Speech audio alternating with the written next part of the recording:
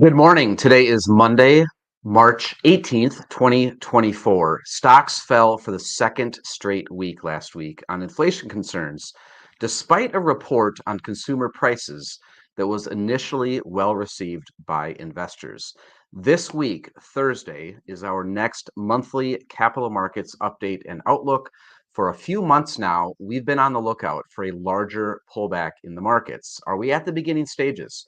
Join us this week, again Thursday, as we discuss the positives, the headwinds, and what we think it all means moving forward. You can get all the details and a reminder email at our website, www.investwithccg.com. Last week, there was no weekly update. I was actually on a plane at this exact time, headed to a financial advisor conference.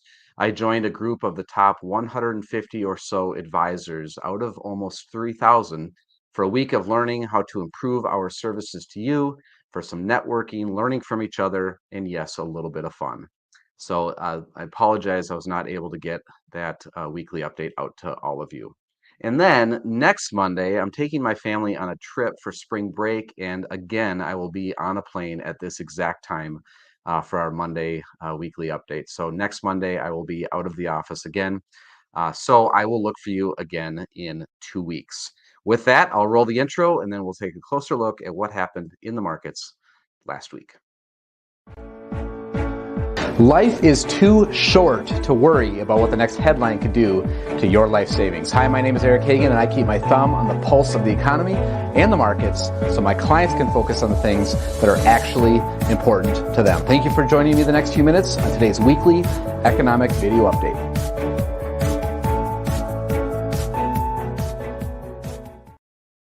It was red across the board last week. The Dow Jones Industrials Average declined just slightly, down 0.02%, while the Standard & Poor's 500 was down a little bit more at negative 0.13%. You can see over here.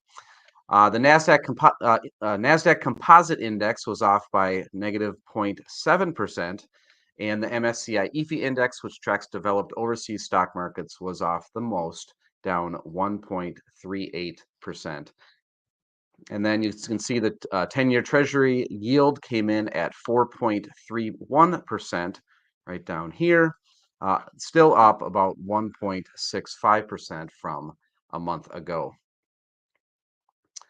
So stocks slid. Tuesday was the only bright spot during the week as stock prices rose after the Labor Department report showed the Consumer Price Index rose 3.2% in February compared with a year earlier. It was a bit warmer than economists expected, but cooler than investors feared. The news sparked a day-long rally with the S&P 500 stock index setting its 17th record high of the year. Following Tuesday, caution lingered as investors parsed the underlying data behind headline consumer inflation numbers. Thursday's Fresh Producer Price Index, or PPI, report showed that wholesale prices increased by 0.6% in February, more than the expected 0.3% increase. Additionally, core PPI, which excludes food and energy, was hotter than expected. Retail sales, also reported on Thursday, were disappointing, rising less than expected and adding to the inflation angst. The news rattled investors and contributed to stocks closing lower for 3 consecutive days to end the week. Unlike the prior week when the S&P 500 fell the least, last week it lost slightly more than the Dow, but less than the NASDAQ. That performance pattern suggests market leadership may be broadening. Also, the energy, financials, and materials sectors all posted gains last week, showing that other groups may join the tech-led rally. As always, we will continue to keep our finger on the pulse of what's really going on in the markets. This week's key economic news that we're watching includes today a report on the housing market index. Tomorrow, the Fed starts their meeting, so we have that FOMC meeting starting. We also get a report on housing starts and permits, as well as a 20-year Treasury bond auction. On Wednesday, we get that announcement. We get the interest rate announcement from the Fed. Fed Chair Powell will also have his press conference after that announcement. announcement. And then we also get the EIA Petroleum Status Report. And then on Thursday, we get a look at jobless claims, existing home sales, as well as the Fed balance sheet. With SmartMix, we primarily invest in individual stocks, cutting out the many hidden costs that can be found in today's investment products. This week's stocks that are reporting earnings, we've got a lot of them. We are in the thick of earnings season, as you can see here on the screen, a lot to watch for this week. If we are not investing your life savings for you, you can learn about our low-cost, fully transparent, and personalized approach at smartmixportfolios.com. Lastly, later on today, I will be sending out our full economic update for the week. This update includes more than what I talked about here this morning, including our very popular weekly tax tip.